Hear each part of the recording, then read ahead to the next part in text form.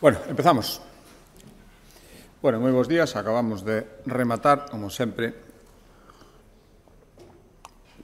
a reunión ordinaria do Consello de Xunta de Galicia e, como sempre, paso a darlles conta dos asuntos máis relevantes que tratamos. O primeiro, que ademais é un acordo ou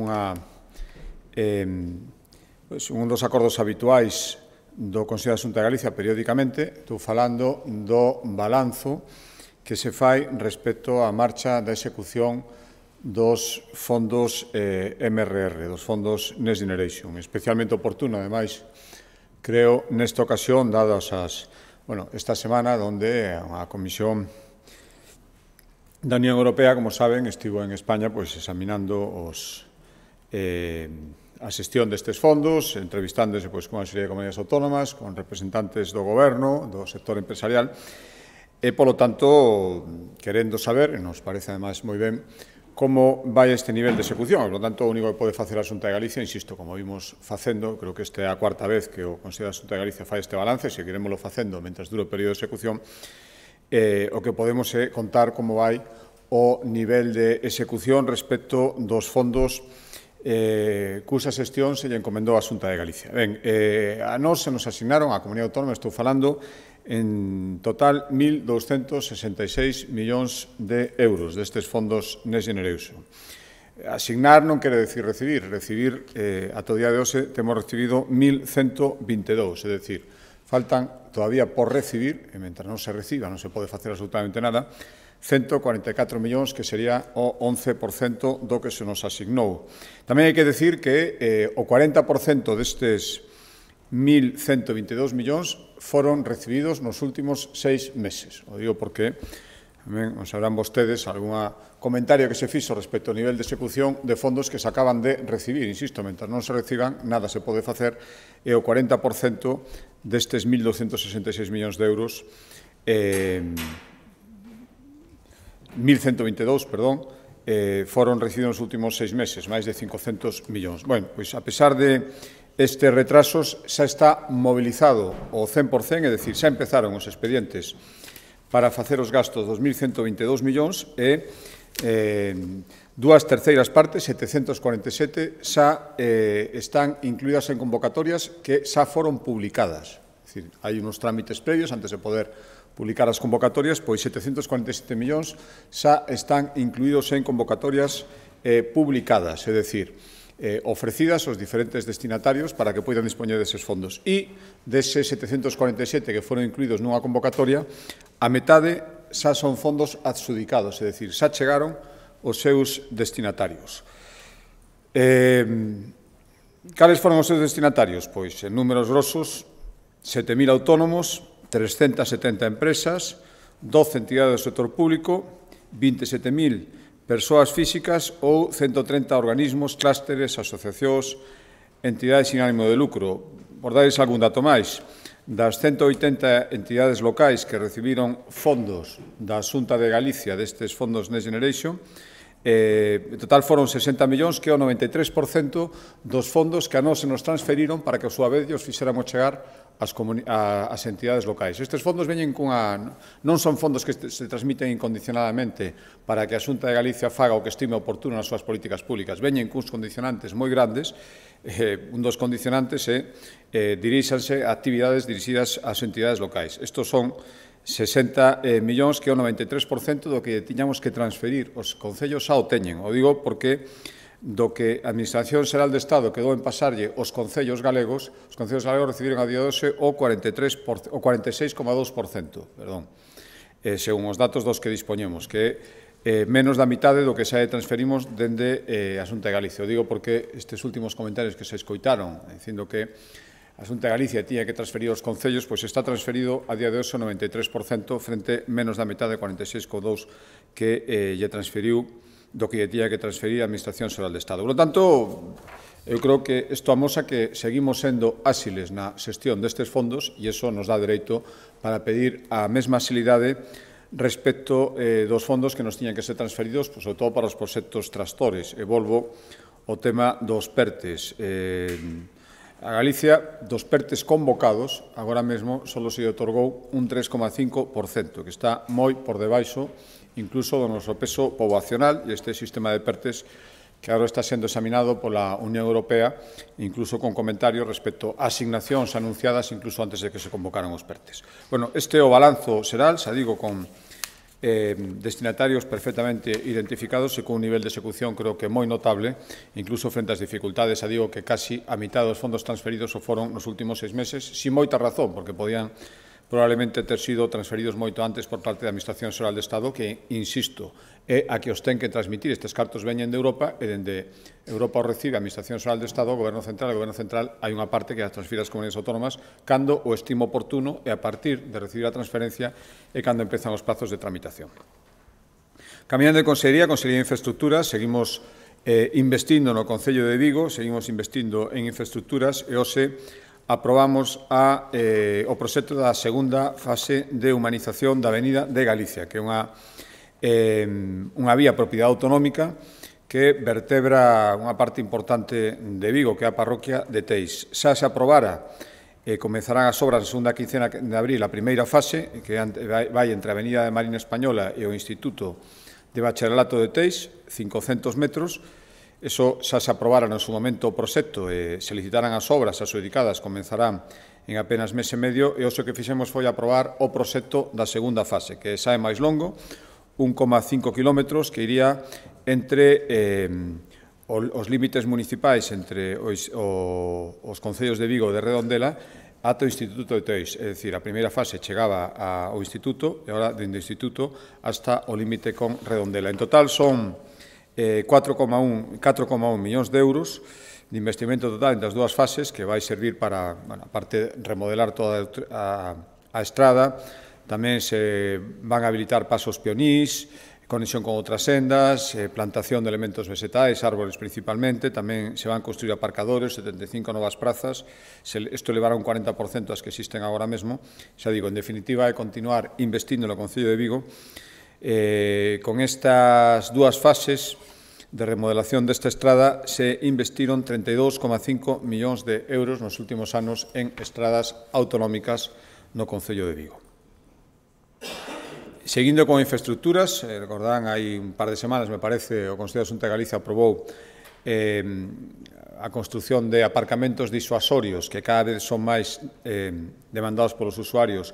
Era na comarca do Salnés, nesa ocasión, e agora aprobamos o proxecto de execución de 2 novos aparcadoiros deste tipo, aparcamentos disuasorios, nos concellos de Marín e de Nigrán. O total do investimento entre os dous vai ser 1,3 millóns de euros e 154 prazas de estacionamento. 82 que van a ir para o aparcamento de Marín, que vai estar nas inmediacións da variante de Marín, e a vía EP 1202, 82 prazas, puntos de recarga para vehículo eléctrico, unha marquesiña para poder coller o autobús dende ali. Xa digo que esta é a idea, que se pode deixar o coche ali ou compartir un mesmo coche varios usuarios ou coller transporte público, como vai ser este caso. E o segundo, se vai construir no enlace da estrada PO 340 coa autoestrada do Valmiñor, en Nigrán, 72 prazas e tamén puntos de recarga. Fixemos tamén no Consello un balance das actuacións da Policía Autonómica en materia de violencia de xénero. A día de hoxe, unha cuarta parte dos asentes do Corpo de Policía Autonómica, 91 de 362, e sigue minguando. Isto é un problema moi grave, sobre todo vendo as funcións que fai. Xa digo, 91 destes 362 se están adicando, en colaboración coa Policía Nacional, basicamente, a funcións relacionadas coas vixiancia das vítimas de violencia de xénero. Vixiancia e protección, isto se engade a todas as restantes competencias que teñen, furtivismo, vixiancia de rutas de camiño, menores, lumes forestais, bueno, as que vostedes coñecen. A día de hoxe, a Policía Autonómica está prestando vixiancia e protección a 280 vítimas de violencia machista en toda Galicia, estes 91 efectivos. O ano pasado foron 563 as vítimas que precisaban en algún momento da protección da Policía Autonómica, e iso se desglosa en máis de 23.000 accións de contravigilancia na contorna da vítima ou do agresor, 2.000 para ver sobre todo se se cumplen as órdenes de alonsamento, 2.515 identificacións, 6.700 contactos directos coas víctimas e 4 detidos. Por lo tanto, isto é un labor moi importante e un argumento máis para reclamar con insistencia que se completen os efectivos ata 500 dunha unidade que día a día ve como minguan os seus efectivos, pero non as súas importantes competencias.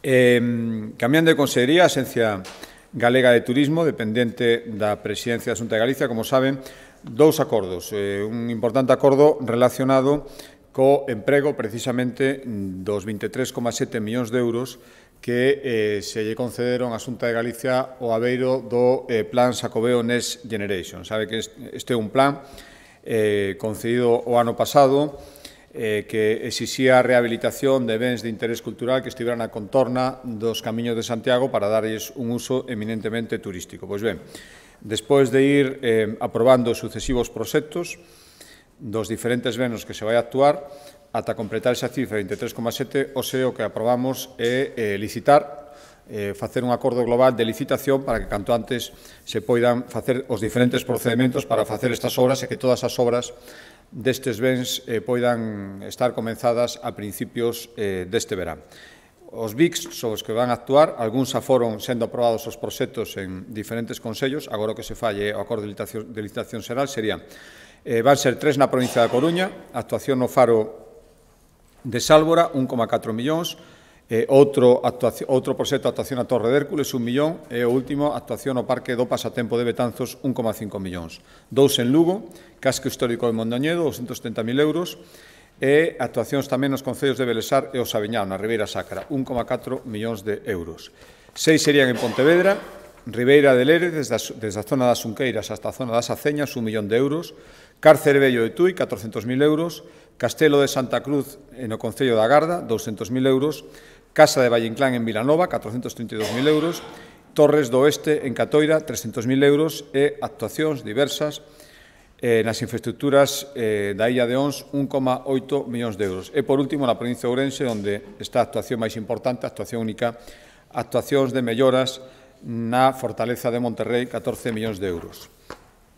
Ata completar esa cifra que lles decía de 23,7 millóns de euros. Por lo tanto, unha vez redactados os diferentes proxectos, se fará agora o acordo para comenzar a licitación das obras.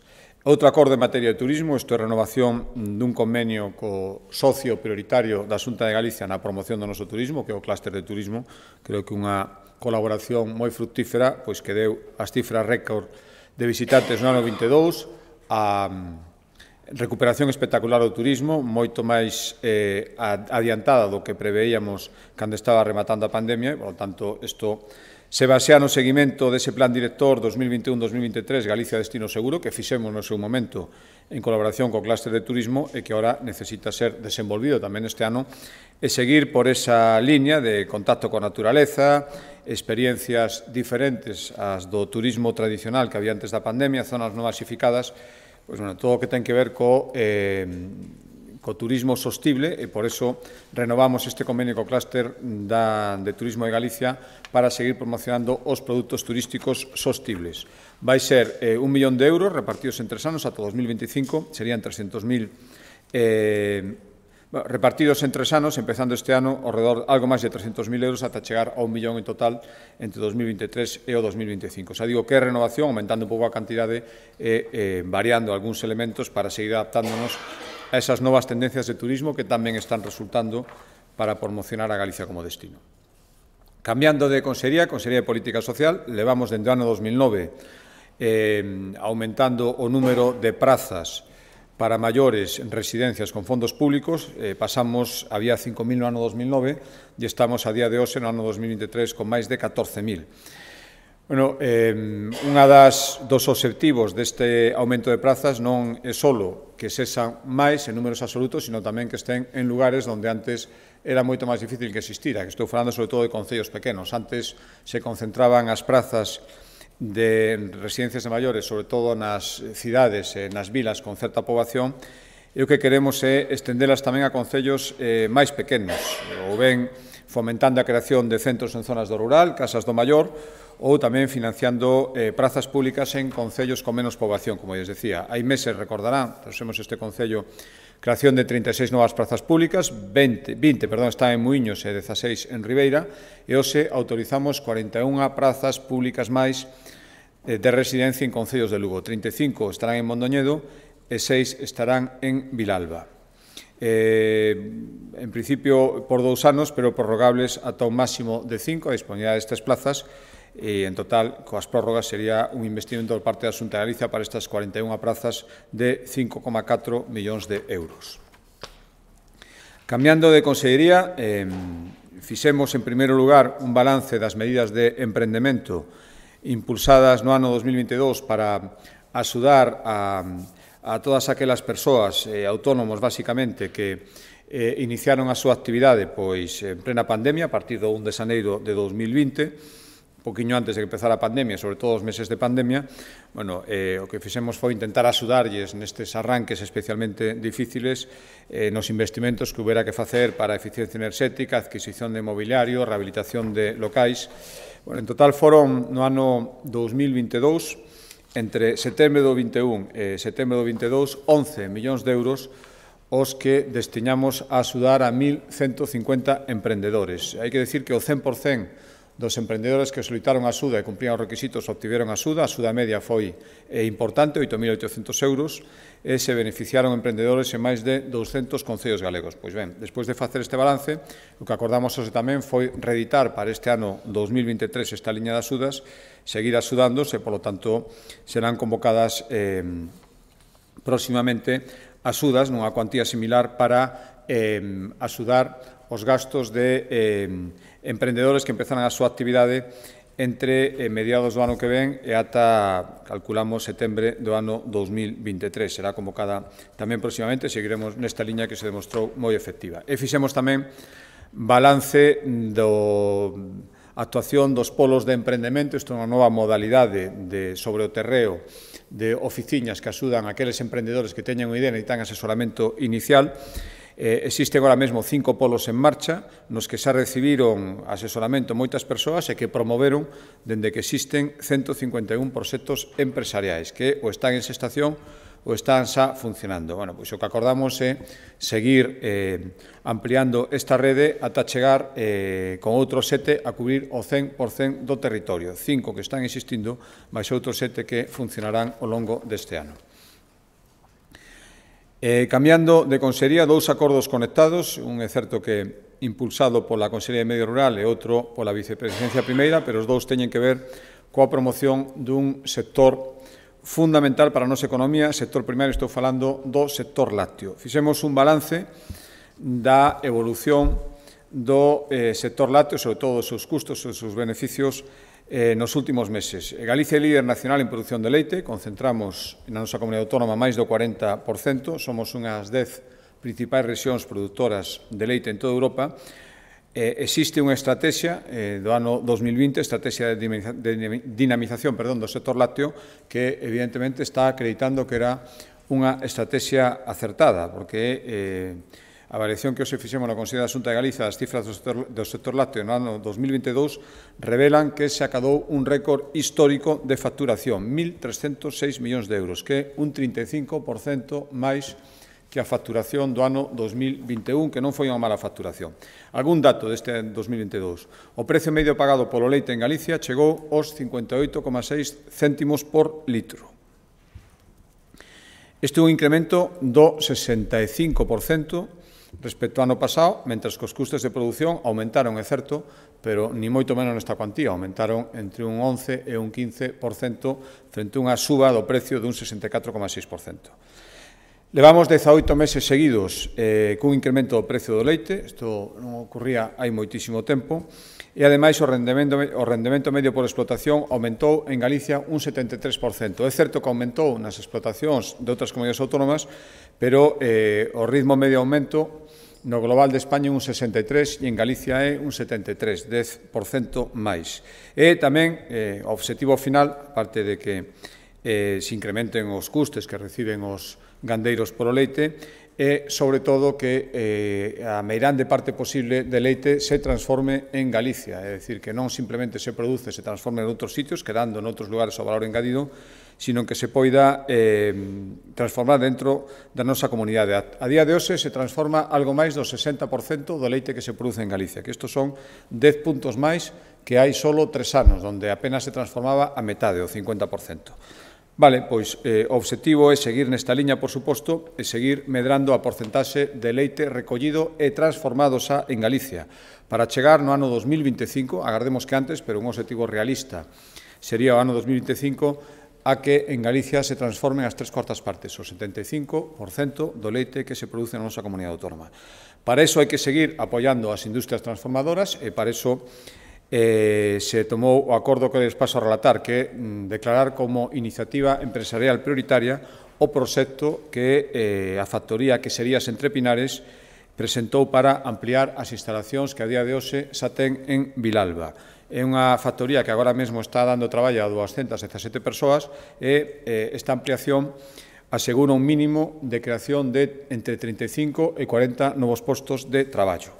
Por lo tanto, declaramos este proxecto como iniciativa empresarial prioritaria, con estes serían 19 os proxectos así declarados. O investimento, ademais, deste proxecto que declaramos iniciativa prioritaria sería de 19 millóns de euros e a idea, precisamente por eso, desta declaración, para agilizar todos os trámites, é que a ampliación da planta, estivera en pleno funcionamento antes de que rematara o ano 2024.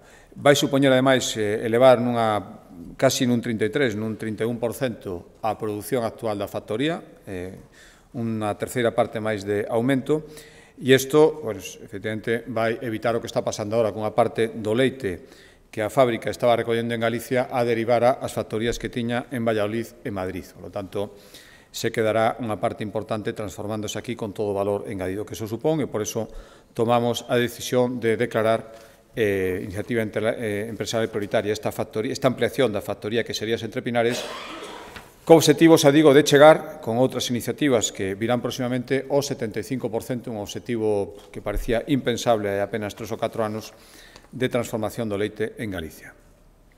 Último acordo relacionado coa Consellería de Medio Ambiente, penúltimo acordo, veñen agora dous acordos impulsados pola Consellería de Medio Ambiente na súa faceta de competencias en vivenda. O primeiro ten que ver con un acordo para seguir adquirindo vivendas a Sareb, non é o primeiro, recordarán que recentemente, no mes de xaneiro, xa trouxemos un acordo para mercar 55 vivendas que eran propiedade da banca a través da Sareb para reforzar o parque de vivenda pública en propiedade. Por tanto, queremos seguir con esta tónica e hoxe autorizamos comprar 40 novas vivendas da Sareb en 16 concellos galegos para destinalas a alugueiro social.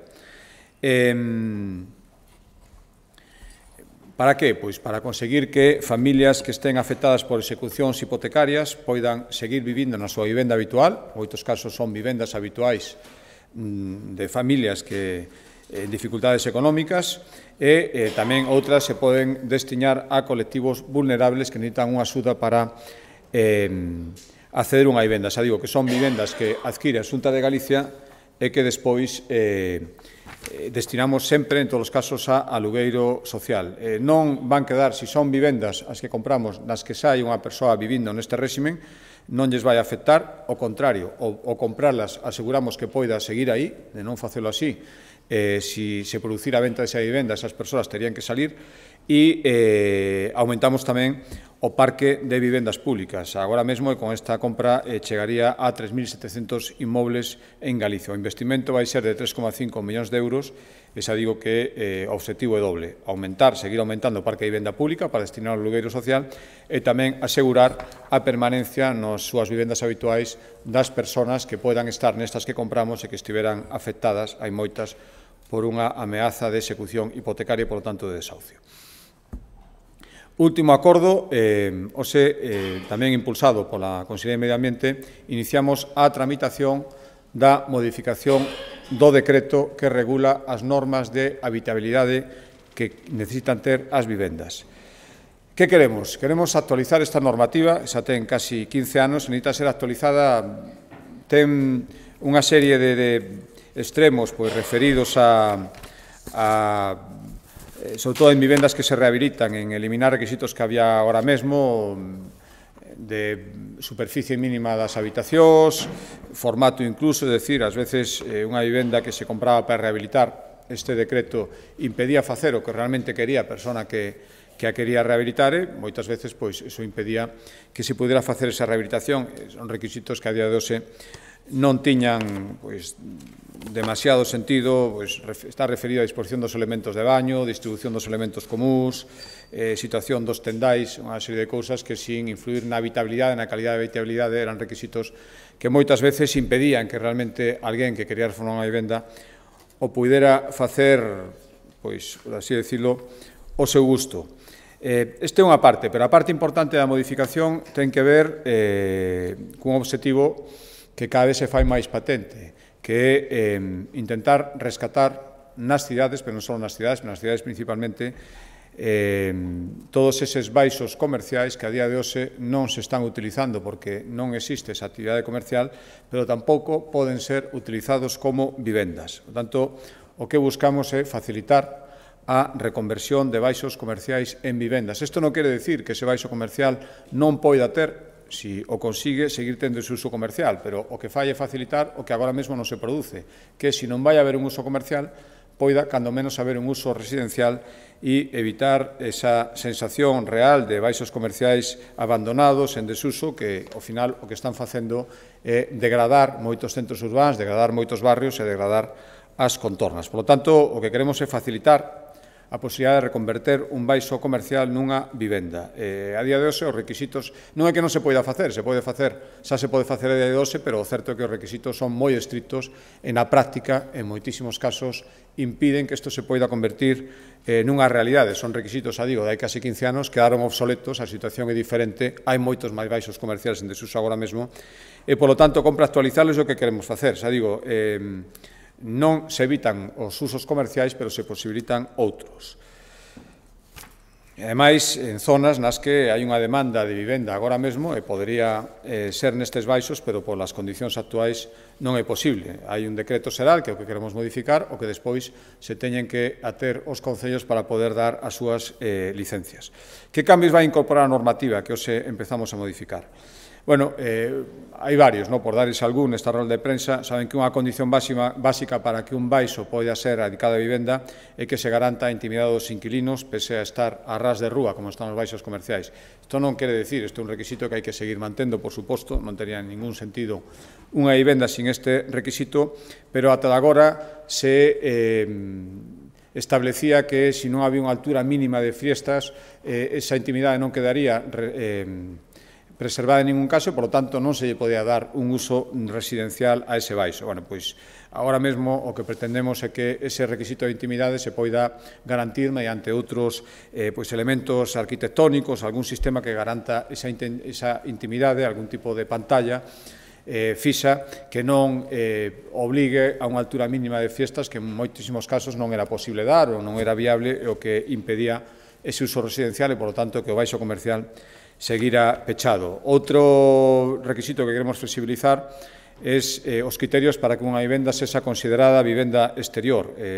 Vivendas exteriores a día de hoxe son as que teñen polo menos unha estancia que dá un espacio exterior, e ese espacio exterior ten que vir definido polos concellos no seu planeamento urbanístico, é dicir, identificada a rúa concreta que se considera espacio exterior, e se despois houbera un derrubo, por poñerse un exemplo, na rúa do lado, houbera outro espacio exterior e un baixo, por exemplo, quedara con espacio exterior porque onde había aí un edificio ahora xa non hai nada, era necesario modificar a normativa urbanística do Concello para decir que ese novo espacio tiña característica urbanística de espacio exterior. Bueno, pois agora o que facilitamos é que se poida declarar eso como espacio exterior sin necesidade de facer unha modificación do planeamento urbanístico que en todos os casos é complexa e que moitas veces o que provocaba era que non se fixera e, polo tanto, un baixo que podía ser dedicado a vivenda porque se lle abrir un espacio exterior, pois oficialmente e urbanísticamente seguía sin ter ese espacio exterior, a pesar de que existía de facto e, polo tanto, non se podía utilizar como vivenda. Xa digo, son varios os requisitos, estes son dous exemplos,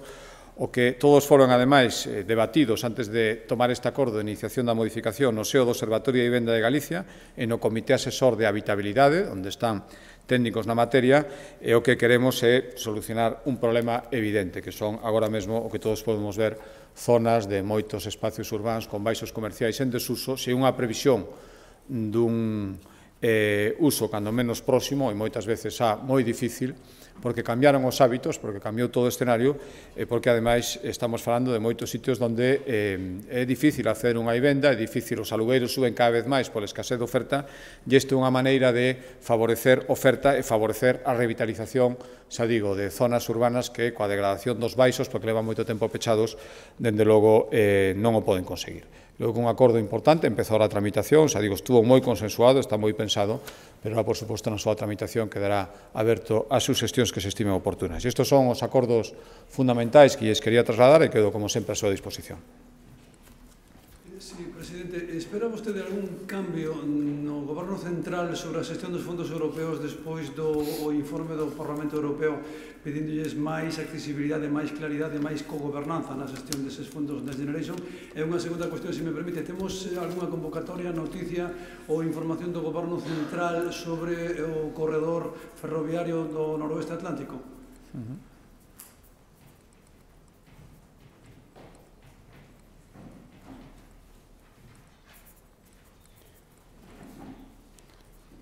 Sí, respecto á primeira pregunta, pois sinceramente espero que sí, ou se sale nun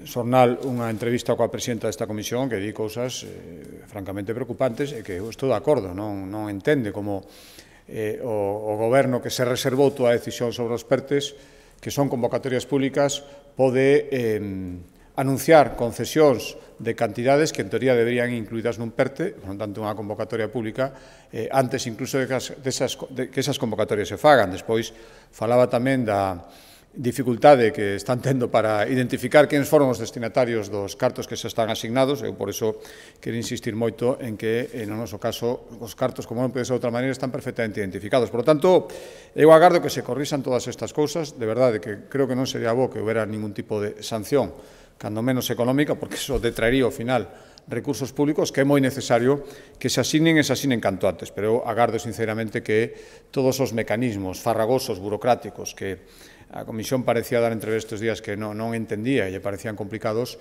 se asilicen pola maneira que sexa. Saben vostedes que hai tempo que levamos reclamando, non só eu, outras comunidades autónomas tamén, unha descentralización na xestión que faría que todos os recursos chegaran moito antes. Por lo tanto, sí que agardo cambios, sinceramente, espero que ese sea un toque de atención.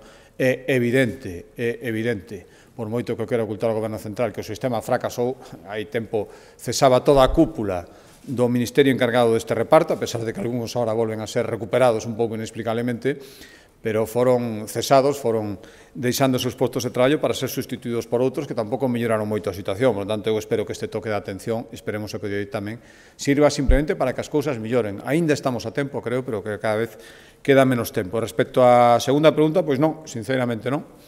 Non supemos absolutamente nada, por lo menos a Xunta de Galicia, dende que fixemos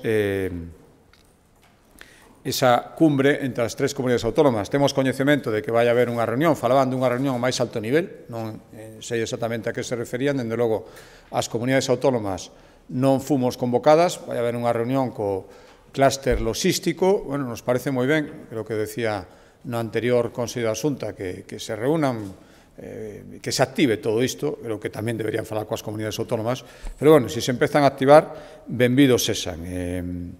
Eu lle mandei en nome das tres comunidades autónomas toda a documentación. O lunes seguinte foi un venres o cumio a ministra. Parece ser que non lle foi trasladado ao comisionado.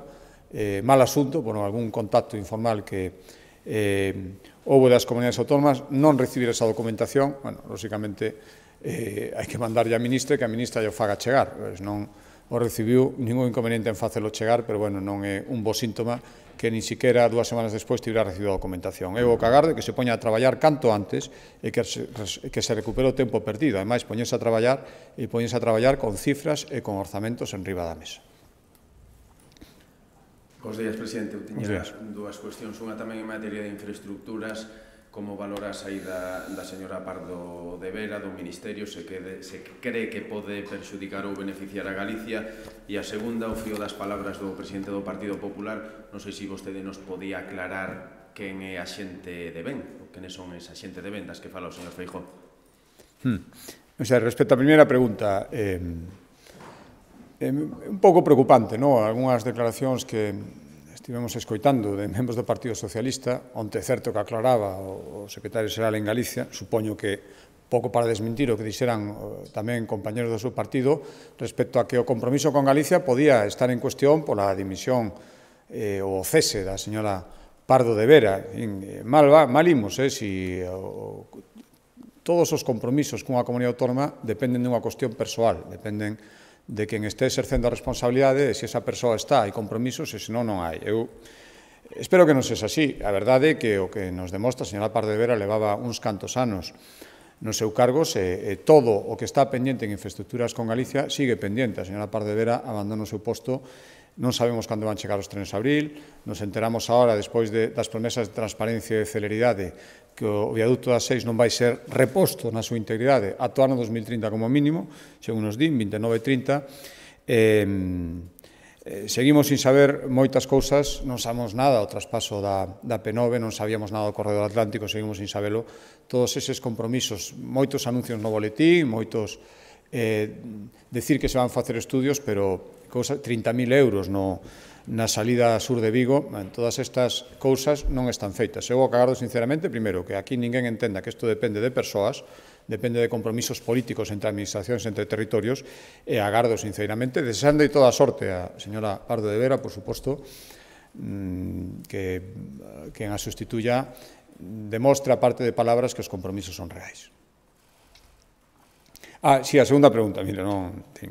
Faime gracia a situación de desespere que ten o señor Sánchez, que enseguida se ten que agarrar a unha frase para intentar que as anécdotas sexan o principal. Non se fale do principal, o principal son outras cousas, por lo tanto non vou a colaborar en comentar anécdotas para non falar do principal. O principal creo que é o que dixo Alberto Núñez Feijóo na súa intervención.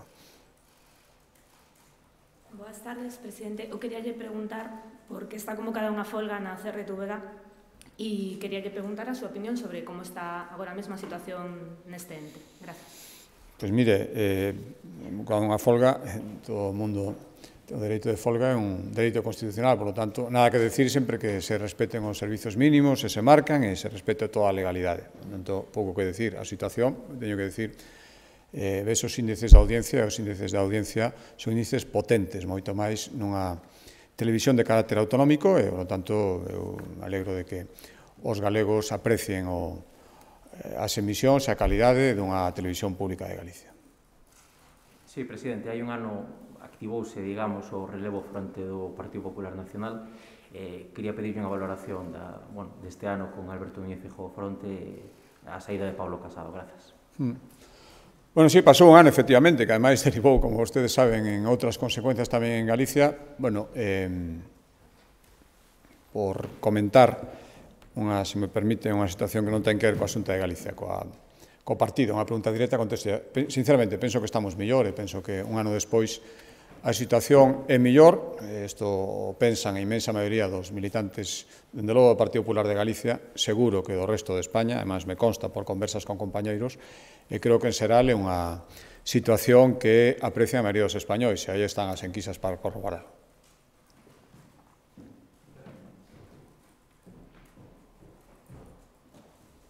Boa tarde, presidente. Boa tarde. Quería preguntarlle que opina sobre a proposta de moción de censura que presentará Vox con Tamames como candidato e que debe facer o Partido Popular, que debe votar nesa moción. Gracias. Sí.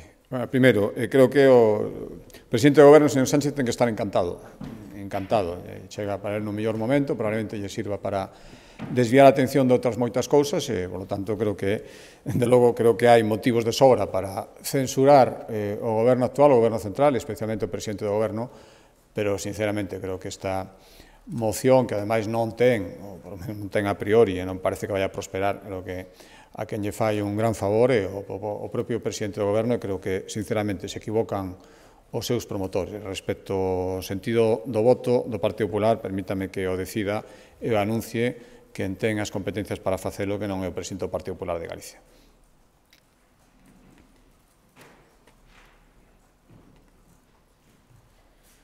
Sí, varias cuestións relacionadas, bons días, perdón, relacionadas co Consello da Xunta. Falaba de que o ano pasado incrementouse o prezo do litro de leite hasta os 58 céntimos por litro. Quería saber se ten datos a Xunta do que eso repercutiu nos gandeiros, porque igual parte dese diñeiro, a maior parte del, quedou en mans das grandes cadeas alimenticias. Depois, relacionado coa nova lei dos baixos comerciais, quería saber si, supoño que está analizado, si esta lei non choca ao mellor con leis municipais en relación a esta cuestión, e estou pensando concretamente si eses baixos, a nova lei que prepara a Xunta, as pode habilitar para a vivenda de uso turístico. E despois, noutra hora de cuestións, quería preguntar tamén pola dimisión da encargada do Distrito Sanitario de Valdeorras, e se non indica isto tamén que siga dando un problema coas facturas de área, posto que numerosos altos cargos foron dimitindo nos últimos meses. Gracias. Respecto á pregunta, non, é precio que se lle paga ao gandeiro, directamente. É precio ao gandeiro, non? Despois, a partir de aí, empeza a cadea de valor, pero este é o precio que reciben os gandeiros, que aumenta. Por iso eu poña en relación cos custes de produción que tamén ten que pagar o gandeiro, este precio que recibe o gandeiro. Respecto dos baixos, bueno, nós o que facemos é que despois cada concello efectivamente ten unha gran autonomía e cada concello ten que decidir si realmente a situación de degradación é evidente. Isto creo que se dá nas 7 cidades e non só nas cidades galegas, non ten que ver con tendencias sociais e máis acentuado nuns lugares que en outros, pero vostede dá unha volta por moitas outras cidades que non están na nosa comunidade autónoma, verá que o problema dos baixos comerciais, insisto, con diferente intensidade, se dá en moitos sitios, porque cambiaron os hábitos, porque cambiou a sociedade, de logo cambiou nos casi 15 anos que ten o decreto actual, e o que queremos é flexibilizar, dar a posibilidade, non ten sentido que prohibicións ou limitacións que se puseron pola situación, tendo en conta a situación que había aí, pois eso, casi 15 anos, se siga mantendo agora. Por tanto, o que facemos é flexibilizar. Despois, cada concello ten a capacidade de adaptar as súas normativas, pero que ata agora, aínda que quixera, non podía. Se os concellos deciden seguir poñendo moi complicado a utilización de baixos comerciais noutra cousa que non sexa usos comerciais, poden facelo, teñen ordenanzas para poder facelo. Ora, os que quixeran cambiar esta tónica, ata agora non podían, porque non era imposible, pero tiñan moito máis complicado. Por lo tanto, aí a autonomía municipal vai ter moito que decir, que toda agora estaba limitada, insisto, en función dunhas circunstancias que, na miña opinión, podían ser acertadas no seu momento, pero agora mesmo cambiaron. Respecto a outra pregunta, mire, eu sempre, o Sergas ten casi 43.000 profesionais e, polo tanto, é normal que se produzcan relevos, dimisións, ou se mesmo salía declaracións, non as leín, mas comentaron nun xornal ourensán desta profesional, onde explicaba as circunstancias e, por tanto, creo que, sinceramente, algo perfectamente normal. Hai moitísimos postos directivos e eu deseso toda a sorte a Marta Rodríguez, se chama demais, e por o traballo que fixo que non era sinxelo. Creo que son moitísimos máis os postos directivos de todo tipo onde se continúa con normalidade, onde se producen dimisións ou incluso algún cese que é normal nunha organización tan grande como o Servicio Galego de Saúde. Moi ben, moitas gracias.